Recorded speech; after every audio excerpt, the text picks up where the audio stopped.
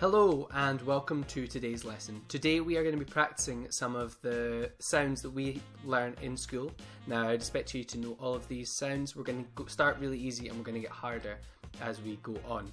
Now it's really important to remember that we don't add the I sound at the end of these sounds. So for example, this is S. It's not S. We pronounce this sound as S, okay? So let's get started. So the first sound is S, A, T, P, I, N, M, D, G, O,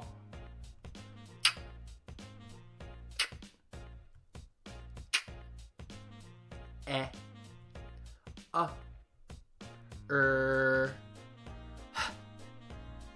B, L, J, V,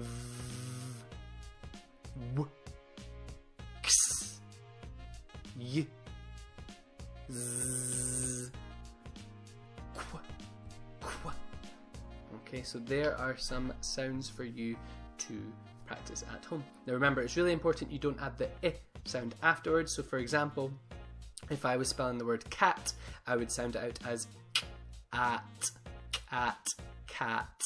Okay, I wouldn't sound it out as k-a-t, because if I tried to blend those sounds together, it would make ka-a-t, ka-a-t, ka-a-t.